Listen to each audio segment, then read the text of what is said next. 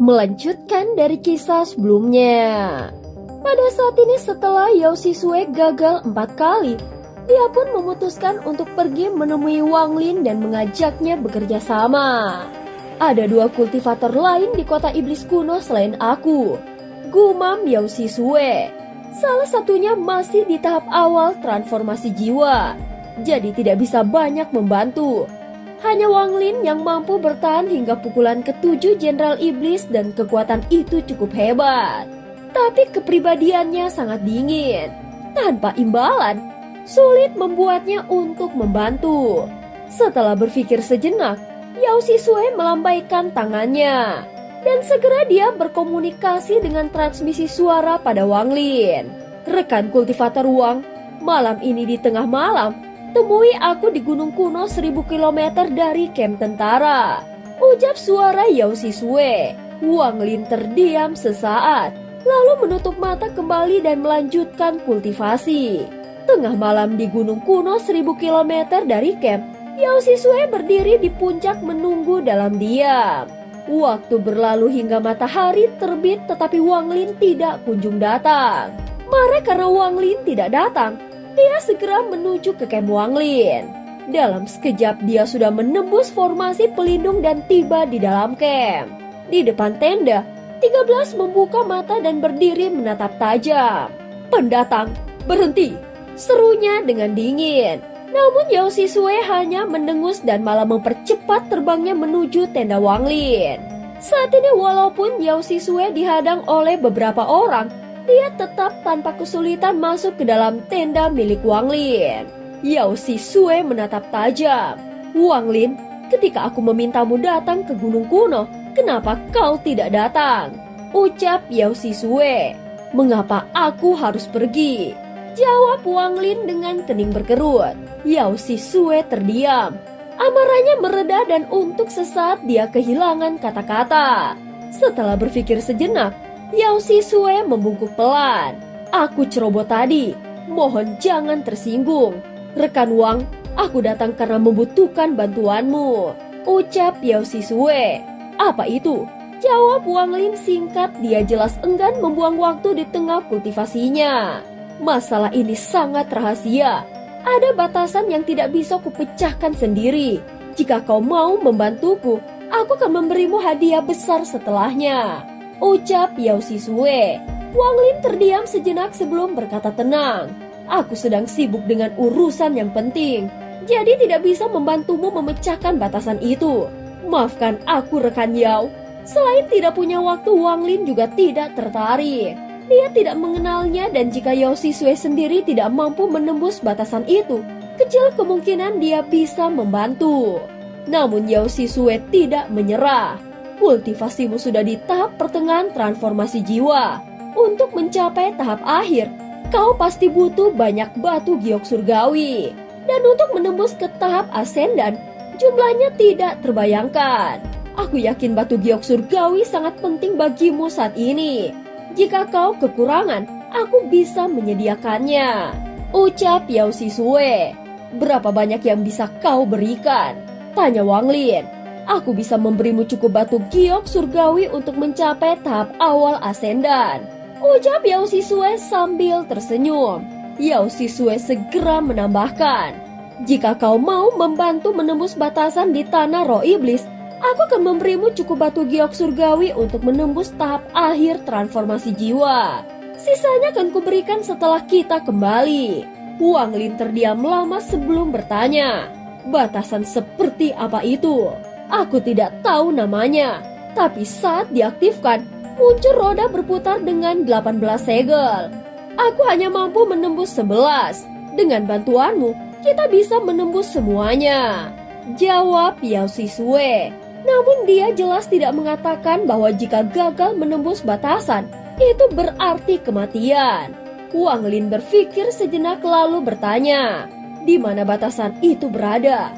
Aku tidak bisa menjelaskan lebih banyak sebelum kau setuju," jawab Yao Sisue. Wang Lin menyipitkan matanya. Dia jelas menyembunyikan sesuatu, tapi batu giok terlalu berharga. Dengan cukup batu giok, aku bisa mencapai tahap akhir transformasi jiwa dengan cepat. Namun saat ini Wang Lin tetap tenang dan berkata, "Aku akan memikirkannya dahulu. 4 bulan lagi, aku akan memberimu jawaban." Merasa diremehkan, suara Yao Sisue menjadi dingin. "Apalagi yang kau inginkan? Lebih banyak batu giok surgawi, harta atau mantra?" tanya Yao Sisue. "Aku tidak butuh harta atau mantra. Ubah saja semuanya menjadi batu giok surgawi," jawab Wang Lin. Yao Sisue menahan amarah. "Di gua darah ayahku ada banyak batu giok surgawi. Aku akan memberimu token setelah keluar dari tanah roh iblis, kau bisa mengambilnya sendiri." Wang Lin mengangguk. "Baik, tapi ini urusan berbahaya. Aku masih perlu mempertimbangkannya." Wajah Yao Sisue menegang. "Berapa lama lagi kau ingin berpikir?" 3 bulan, jawab Wang Lin dengan tenang. "Kamu..." Yao Sisue menjadi marah, melambaikan lengan bajunya hingga pintu terbuka dan berbalik pergi. "Aku tidak akan mengantarmu," ucap Wang Lin. Namun saat ini Yao Sisue berhenti di ambang pintu, menarik nafas kesal, lalu mengeluarkan sebuah pil jiwa darah dari tasnya. "Aku akan memberimu ini. 3 hari lagi kau ikut denganku. Kalau tidak, anggap saja urusan ini selesai." Wang Lin menatap pil itu dengan tajam. Simbol halus terukir di permukaannya, berdenyut seirama dengan nafas dan detak jantung Yao Sisue. "Apa ini?" tanya Wang Lin dengan serius. Yao Sisue menatap sinis. "Kau bahkan tidak tahu apa ini? Wajar saja. Kau baru menjadi murid Alser. Ini adalah ciptaan ayahku leluhur darah. Disebut pil jiwa darah," ucap Yao Sisue. "Pil jiwa darah?" Wang Lin bergumam datar meski dalam hati terkejut. Nilai benda ini jelas luar biasa. Yao Sisue melanjutkan dengan dingin. "Pil ini bukan untuk dimakan. Kau cukup meninggalkan jejak jiwa dan dagingmu di atasnya, maka kalian akan terhubung. Bahkan jika jiwamu hancur, kau bisa hidup kembali. Singkatnya, pil ini bisa menggantikan hidupmu." Ekspresi Wang Lin berubah, dia menggerakkan tangan menarik pil itu dari tangan Yao Sisue untuk diperiksa. Melihat ini, Yao Sisue hanya tersenyum tipis dan dalam hati dia mencibir. Pil itu sebenarnya gagal. Ayah sengaja membuatnya tampak asli, tetapi berisi racun dan kotoran. Hanya aku dan ayah yang tahu cara membedakan yang asli dan yang palsu. Siapapun yang percaya pada pil ini sama saja menghancurkan hidupnya. Saat ini Wang Lin menggenggam pil itu, merasakan ikatan darah yang kuat seolah benda itu bagian dari tubuhnya. Dia menarik nafas dalam-dalam lalu menatap Yao Sisue. "Berikan aku batu giok surgawi," ucap Wang Lin. Tanpa bicara, Yao Sisue melemparkan tas penyimpanan padanya. "Itu cukup untukmu mencapai tahap akhir transformasi jiwa. Sisanya akan kuberikan setelah kita kembali. 3 hari lagi, temui aku di gunung kuno saat tengah malam." Wang Lin terdiam sejenak lalu berkata dengan pelan, "Baik." Yao Sisue bergumam dan pergi tanpa ragu. Dia tahu Wang Lin tidak akan melanggar janjinya. Wang Lin menatap kepergiannya lalu bergumam. Dia terlalu tenang. Jelas batu giok surgawi bukan hal penting baginya. Sepertinya leluhur darah memang memiliki banyak. Segera dia memandangi pil di tangannya. Tapi pil jiwa darah ini, itu sangat aneh. Jika benar seperti yang dia katakan, pasti sangat langka. Tidak mungkin dia memberikannya begitu saja tanpa tujuan. Yao Sisue, kalau kau tidak begitu tenang, mungkin aku tidak akan curiga. Tapi sekarang aku yakin ada sesuatu yang salah dengan pil ini. 3 hari berlalu. Pada saat ini Wang Lin sudah berada di atas gunung kuno bersama dengan Yao Sisue.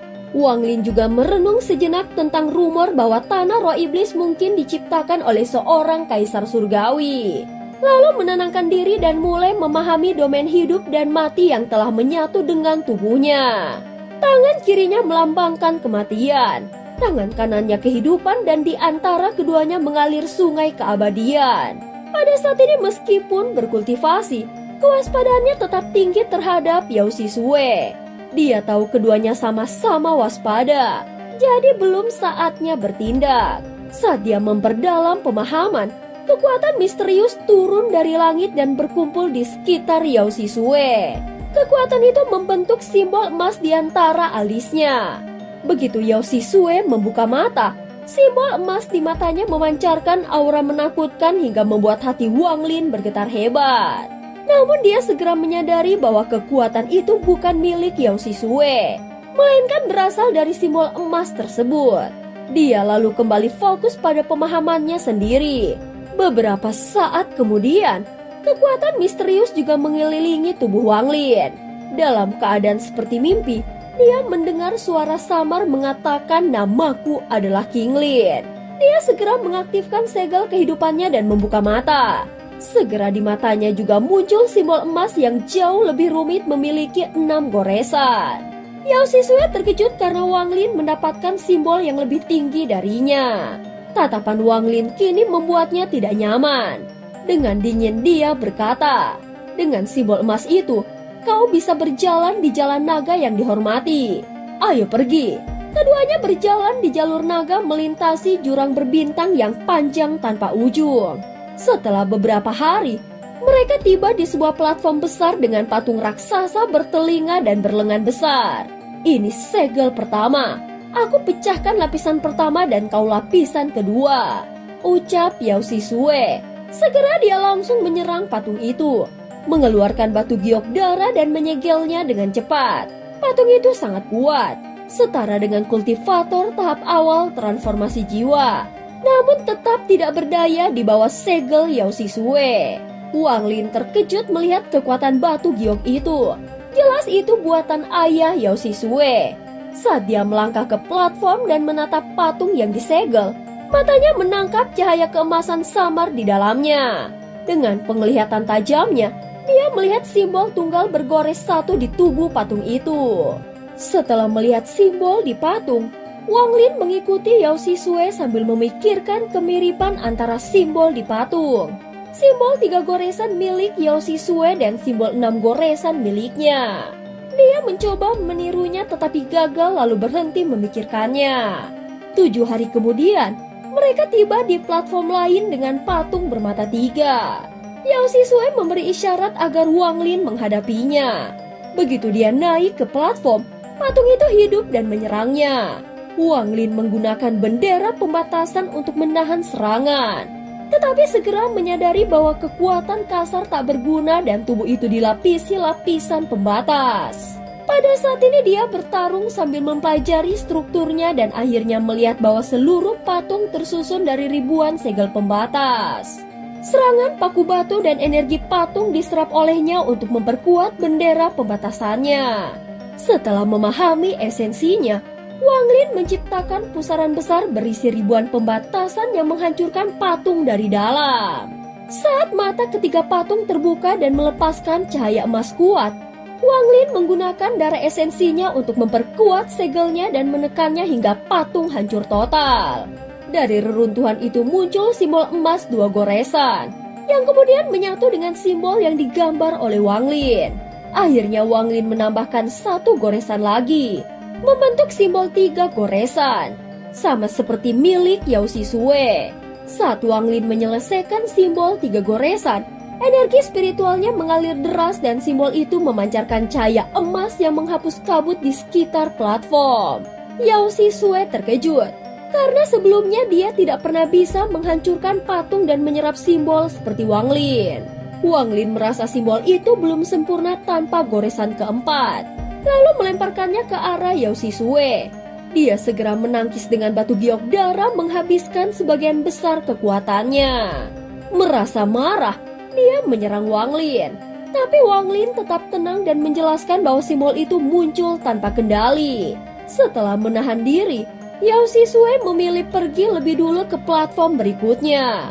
Wang Lin mengikuti sambil merenung, menyadari kekuatan besar simbol 3 goresan dan bertanya-tanya tentang makna simbol hingga 18 goresan. Dia mencoba menggambarnya lagi tetapi gagal. Beberapa hari kemudian, mereka tiba di platform ketiga dengan patung membawa sebuah pedang. Yao Sisue melawan tanpa bantuan segel darah, menghancurkan patung itu tetapi tidak mendapatkan simbol apapun. Dia kesal dan segera menuju platform berikutnya. Selama sebulan, Yao Sisue terus bergerak cepat menyegel semua patung dengan batu giok darah agar Wang Lin tidak sempat bertindak. Namun saat mencapai platform ke-12, dia berhenti dan berkata serius, "Segel ini berbeda, kita harus membukanya bersama." Di tengah platform hanya ada pintu batu yang besar, dengan ukiran menyerupai wajah manusia. Begitu mereka mendekat, pintu terbuka melepaskan angin dingin yang membekukan udara. Wang Lin melindungi diri dengan bendera pembatas, sementara Yao Sisue juga dilapisi cahaya darah. Namun dalam sekejap, tubuhnya membeku menjadi patung es. Setelah angin dingin berlalu, dari kabut putih muncul pria berjubah putih berusia sekitar 30 tahun, memancarkan aura surgawi. Dia menatap dingin dan berkata, "Tanpa token, tidak boleh masuk ke gua Tuan." Melihat Yao Sisue, pria itu berkata tegas, "Kau sudah datang 3 kali dan memakai mantra Kaisar Darah. Aku sudah bersikap baik, mengizinkanmu hidup kembali. Kali ini pakai mantra kebangkitanmu dan pergi sekarang sebelum kau tidak sempat lagi." Suaranya tenang tetapi penuh tekanan. "Senior, karena kau kenal leluhurku, mengapa tidak membiarkanku untuk lewat? Gua ini sepi bertahun-tahun, sia-sia kalau dibiarkan. Izinkan junior ini memilikinya." Namun pada saat ini pria itu menatap dingin. "Jika kau tahan 3 serangan pedangku, kau berhak. Kalian berdua bersama atau terpisah. Kita masing-masing ambil 1 serangan, lalu serangan terakhir bersama," ucap Yao Sisue. Pada saat ini segera pria itu mengangkat jarinya, dan cahaya kemasan mengumpul di ujungnya. "Orang pertama, maju. Jika kau tahan, hidup. Jika tidak, kau akan mati." Yao Sisue memandang Wang Lin dan memanggilnya, "Rekan kultivator Wang." Wang Lin tersenyum tipis, melangkah mundur 2 langkah dan menolak. "Kata-katamu salah. Rekan Yao, aku butuh waktu mempertimbangkannya." "Kenapa?" Yao Sisue terkejut. "Tempat ini tidak punya 18 segel. Kalau ada segel, hanya ada 12. Melewati pintu ini berarti memasuki gua," ucap Wang Lin. Yao Sisue mendengus dan tidak panik. "Rekan Wang, ada yang kukecualikan. Setelah masuk, mendapat tanda emas memberi hak ikut uji coba gua. Tapi setelah dapat hak itu, kau harus lulus. Kalau tidak, kau akan mati. Mau percaya atau tidak, terserah padamu." Ekspresi Wang Lin menunjukkan keraguan sebelum menatap Yao Sisue dengan senyum masam. "Rekan kultivator Yao punya pil jiwa darah. Tentu saja kau tidak khawatir soal ini. Rencana yang bagus." Saat ini pria parubaya itu hanya menatap dingin tanpa bicara. "Kalau kau bisa membantuku masuk ke gua ini, hidupmu akan aman.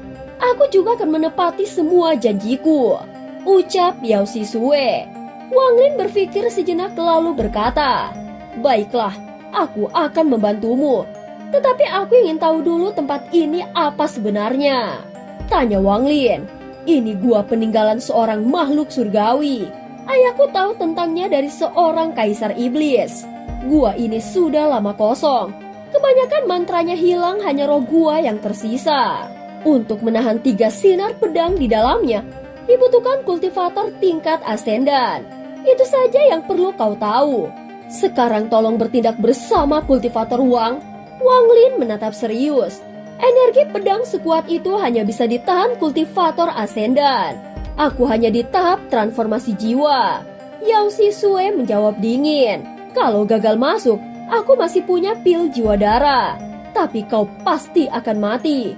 Pria penjaga berkata datar. "Benar, kalau ingin hidup, kalian harus berhasil masuk." Wang Lin akhirnya maju, melepaskan kekuatan iblisnya hingga kabut hitam menyelimuti tubuhnya. Penjaga menjentikan jarinya. Cahaya kemasan melesat dan menembus tubuh Wang Lin. Dia memuntahkan darah dan jatuh dari platform. Tanpa peduli padanya, penjaga melancarkan serangan kedua pada Yao Sisue. Dia menahan dengan batu giok darah, tetapi naga emas menembus pertahanannya dan melukai dadanya. Penjaga berkata dingin, "Kau berhasil menahan serangan kedua. Sekarang yang ketiga." Saat ini Yao Sisue jelas yakin menang. Dengan mengeluarkan seluruh kekuatannya, dia menggigit jarinya dan membentuk simbol dan formasi darah di telapak tangannya, berusaha menahan sinar pedang terakhir yang melesat ke arahnya. Cahaya kemasan menabrak formasi darah di tangan Yao Sisue, menimbulkan ledakan teredam. Formasi itu hancur dan bintik-bintik cahaya emas masuk ke tubuhnya. Yao Sisue memuntahkan darah dan energi spiritual surgawinya berputar liar, berusaha menetralkan cahaya emas yang merusak meridian dan dagingnya. Kedua energi itu saling menahan dengan kekuatan besar. Pria Parubaya berkata dengan datar, "Jika kau dan pria sebelumnya masih hidup, berarti kalian layak masuk ke gua." Namun di saat paling kritis, sebuah bayangan muncul di bawah platform secepat meteor.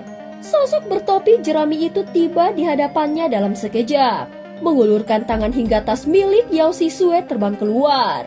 Lalu jari kanannya langsung menunjuk di antara alis Yao Sisue. Yao Sisue tersentak, matanya terbuka lebar dan penuh keterkejutan. Dia berusaha menghindar, tetapi jelas terlambat. Jari itu menyentuh alisnya dan kekuatan destruktif langsung menyebar melalui meridiannya, menghancurkan segalanya di dalam tubuhnya. Sisa kecil energi spiritual di tubuh Yao Sisue hancur oleh kekuatan destruktif itu. Ditambah dampak serangan pedang sebelumnya, dia memuntahkan darah dan terlempar sejauh 30 kaki. Saat jatuh, gas abu-abu muncul di antara alisnya, berubah menjadi segel kehidupan yang menyelimuti tubuhnya. Dengan darah di sudut mulut, Yao Sisue berteriak putus asa. "Wang Lin!" Sebuah suara dingin menjawab. "Kau ingin aku mati? Tidak semudah itu," ucap Wang Lin melepas topi jeraminya. Mata Yao Sisue membelalak. Dia tidak percaya Wang Lin masih hidup, apalagi bisa muncul tanpa luka. Dia bahkan tidak merasakan keberadaannya lewat indera ilahi tadi. Wang Lin menatapnya dengan tenang. Semua ini adalah bagian dari rencananya. Sejak tahu platform ini yang terakhir, dia sudah bersiap. Dia pura-pura memakai kekuatan penuh untuk menipu Yao Sisue. Saat energi pedang menyerangnya, dia menghancurkan kristal surgawi di tubuhnya. 3 hari sebelumnya di kamp pasukan, dia telah mengubah batu giok surgawi pemberian Yao Sisue menjadi kristal surgawi. Persiapan untuk momen ini. Saat kristal itu pecah, energi spiritual besar meledak di tubuhnya. Biasanya itu berbahaya, tetapi kali ini justru menetralkan energi pedang yang menyerangnya. Setelah itu sesuai rencana, dia mengenakan topi jerami pemberian Yan Kuezi dan diam-diam kembali ke platform. Topi jerami itu memiliki banyak batasan kuat. Karena dibuat oleh Yun Kuezi, seorang kultivator asendan tahap pertengahan, benda itu mampu sepenuhnya menyembunyikan keberadaan penggunanya. Kecuali seseorang berada di tahap asendan, mustahil bisa mendeteksinya dan Yao Sisue tentu tidak tahu hal ini. Pada saat ini Wang Lin memegang tas milik Yao Sisue dan berkata tenang, "Rekan kultivator Yao, kita bertemu lagi." Sambil berbicara, tatapannya sekilas mengarah ke pria Parubaya di depan pintu batu, yang tetap tenang seolah tidak peduli pada apapun. "Bajingan!" ucap Yao Sisue menggertakkan giginya. Wang Lin tersenyum tipis. Dalam dunia kultivasi, yang menang selalu benar. Dia berkata, "Rekan kultivator Yao memberiku pil palsu dan menyembunyikan bahaya tempat ini. Aku hanya membalas sedikit. Tidak perlu berterima kasih." Wajah Yao Sisue mulai pucat. "Jika ayahku leluhur darah tahu ini, kau pasti akan mati. Aku juga sudah mengaktifkan pil jiwa darah sebelum datang ke sini. Bunuh saja aku," ucap Yao Sisue. Mengapa harus kubunuh sekarang? Pil jiwa darah hanya bisa dipakai setelah mati. Jadi aku akan menyegelmu agar tidak bisa mati. Sekarang kau tidak punya energi spiritual lagi. Aku ingin lihat bagaimana kau bisa hidup kembali." Tubuh Yao Sisue lemah. Meridiannya hancur dan hanya segel kehidupannya yang menjaga agar dia tetap hidup terjebak di antara hidup dan mati. Wang Lin menatapnya dingin. "Aku akan menyegelmu di tempat terpencil. Biar kau rasakan ribuan tahun kesepian hidup tapi tidak bisa mati." Bahkan menggigit lidah untuk bunuh diri pun tidak akan berhasil karena segel di dahimu. Mari kita lihat bagaimana pil jiwa darah bisa menolongmu. Kata-kata itu membuat wajah Yao Shisue berubah drastis ketakutan. Saat Wang Lin berbicara, pikirannya kembali ke planet Suzaku saat kultivasinya dihancurkan oleh leluhur klan iblis raksasa dan kultivator Su Yue. Setelah menjadi sampah, dia dibuang ke penjara air oleh bandit. Tempat ia menemukan kerangka seorang wanita yang tersegel entah sejak kapan. Segala sesuatu di dunia ini memiliki siklusnya sendiri, pikir Wang Lin. Dia melangkah ke depan berdiri di hadapan Yao Shisue, lalu mengulurkan tangannya ke arah dada wanita itu. Yao Shisue menggigit bibir, matanya dipenuhi kebencian dan penghinaan. Tapi Wang Lin tidak menghiraukannya. Setelah itu Wang Lin menyegel Yao Shisue. Segera lingkaran segel itu menyusut, membentuk pola energi yang menelan tubuh Yao Shisue lalu masuk ke dalam tas penyimpanannya. Selesai urusan itu, Wang Lin menatap pria parubaya di depan pintu batu. Sekarang apakah aku berhak masuk? Pria itu menjawab datar. Kalian berdua telah menahan 3 serangan energi pedang, jadi kau layak. Tapi semua di dalam gua telah disegel oleh Tuan. Jika tidak bisa memecah segelnya, semuanya tidak berguna. Wang Lin berpikir sejenak lalu bertanya lagi. Kalau orang lain menahan 3 serangan pedang saat aku di dalam, apakah mereka juga boleh masuk? Tanya Wang Lin. Kalau kau berhasil membuka segel di dalam, kau akan punya hak penuh atas gua ini. Setelah itu pintu akan tertutup sampai kau mati. Apakah ada orang lain yang pernah masuk sebelumnya? Tanya Wang Lin. Pernah, tapi mereka semua mati, ucap pria itu. Bagaimana cara keluar dari sini? Tanya Wang Lin lagi. Buka 1 segel maka kau bebas. Pada saat ini Wang Lin berhenti bertanya dan melangkah masuk ke pintu batu. Di dalamnya terbentang kompleks istana megah menyerupai kerajaan fana. Energi spiritual tipis melingkupi udara. Dia menarik nafas panjang dan merasa segar. Ketika melihat ke bawah, dia terkejut seluruh lantai terbuat dari batu giok surgawi. Semua bangunan di sini juga dari giok surgawi.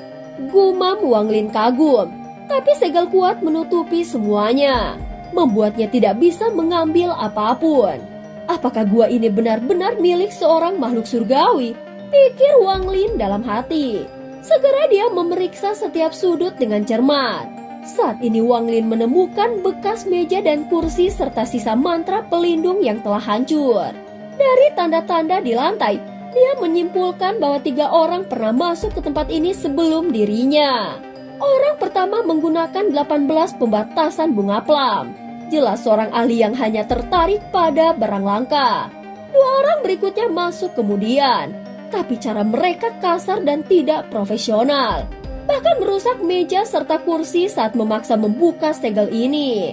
Setelah menempuh 1000 kaki, dia tiba di sebuah pavilion dengan meja bundar, 4 bangku serta kendi anggur di atasnya. Pembatasan di sekeliling tempat itu masih utuh tak tersentuh sama sekali. Wang Lin menatap waspada.